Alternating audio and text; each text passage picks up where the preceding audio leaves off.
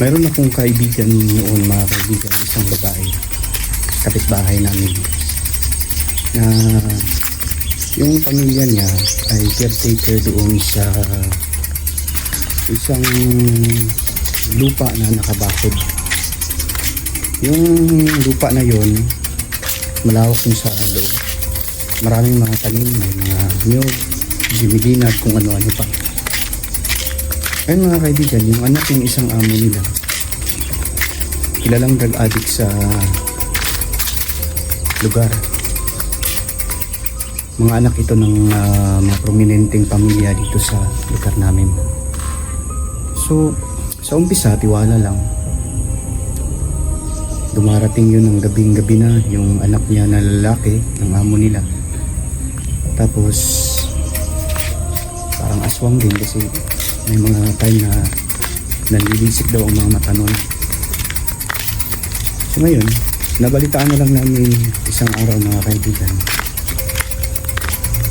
Pinagsamantalahan yung kababata ko na babae ng anak ng amo nila na lalaki.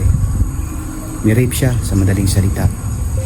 Pagkatapos, nagsumbong siya sa mga magulang niya, pero wala rin po nangyari, mga kaibigan, kasi nga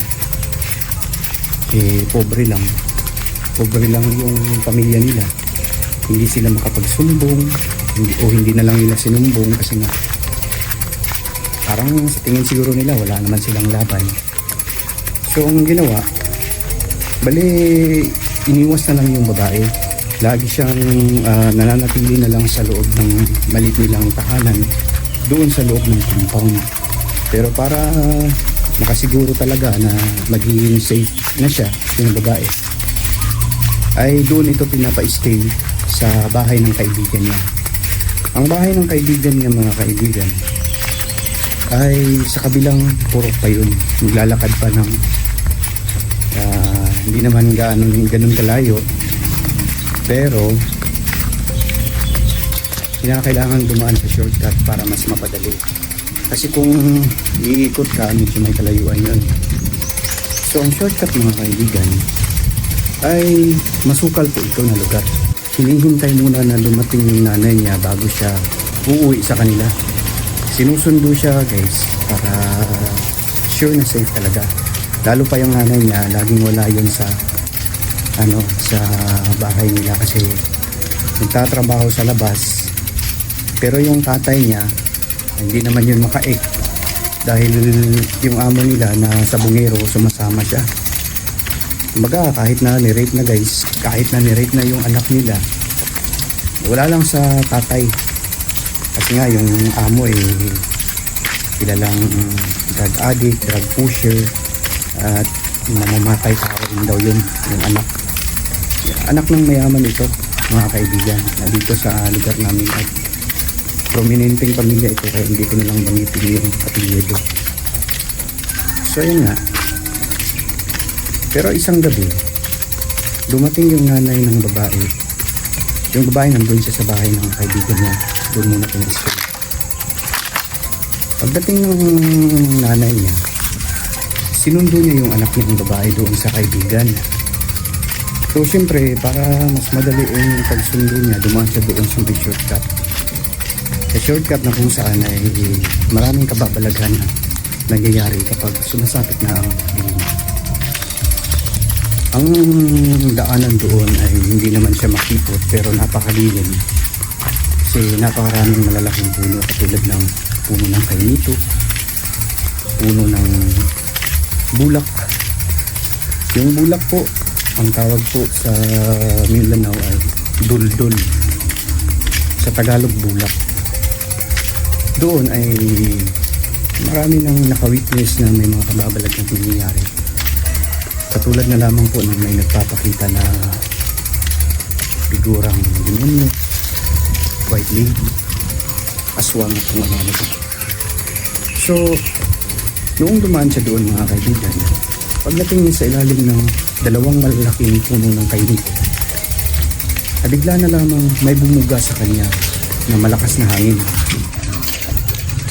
Na ayon sa kanya ay isa raw kapre ang gumawa nun, mga kaibigan. Isang malaking mukha ang umihip ng hangin na may mga kasama pang agyo ng sigarilyo. Kaya raw pala umuusok nung pagdaan niya doon bago siya makarating sa mismong puno na yun. Ay dahil meron palang kapre mga kaibigan na naninigarilyo doon. So sa sobrang takot ni Tita ay napasigaw siya at napatakbo palabas ng lugar na yun. Kasi tumama raw talaga sa ulo niya yung hangin na may kasamang usok, na may kasamang abo o agyo ng sigarilyo. As in, nasunog po talaga yung damit niya at saka yung mga buhok ni guys. Tapos pagtakbo niya, nakarating siya sa may gate ng bahay na tinitira nila. At yun, grabe yung karipas niya ng takbo mga kaibigan.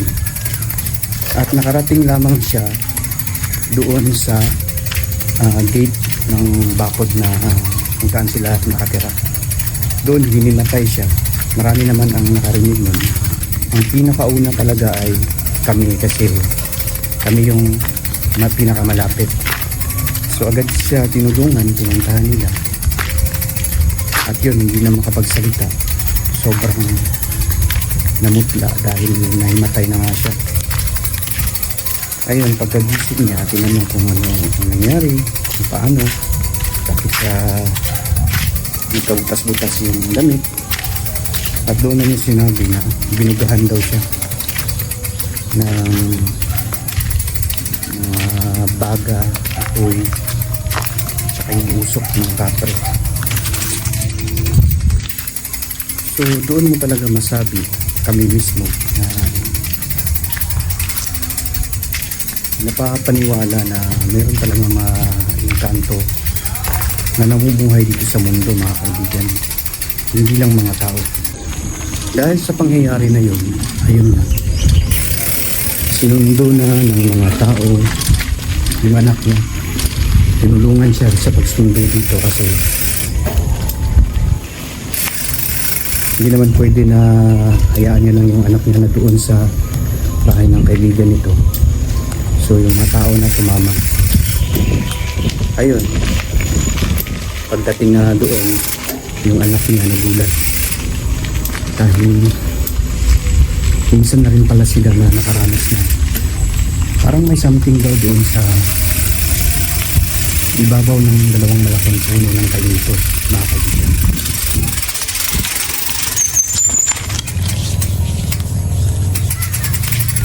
Napatunayan nila, lalo na yung nanay, na meron nga kasi siya mismo ang parang napagtripan daw ng nilalang. Binugahan ba naman ng usok na may kasamang apoy at saka may mga baga. So ayun, simula nun hindi na sila dumadaan doon ng gabi mga kaibigan sa shortcut. Tapos ang Panginoon nanonood talaga. Dahil yung amo nilang, anak ng amo nilang lalaki na nag-rape sa babae na yung kababata ko, namatay po yun mga kaibigan dahil ni-raid ng mga pulis.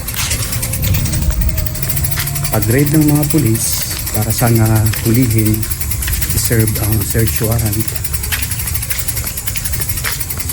lumaban, kaya nagkaputukan, tinamaan siya dahil ng pagkamatay nito. So yun lang po mga kaibigan, mag-iingat po tayong lahat. Ako si Alex ng Pinoy Criticals. Gandang hapon.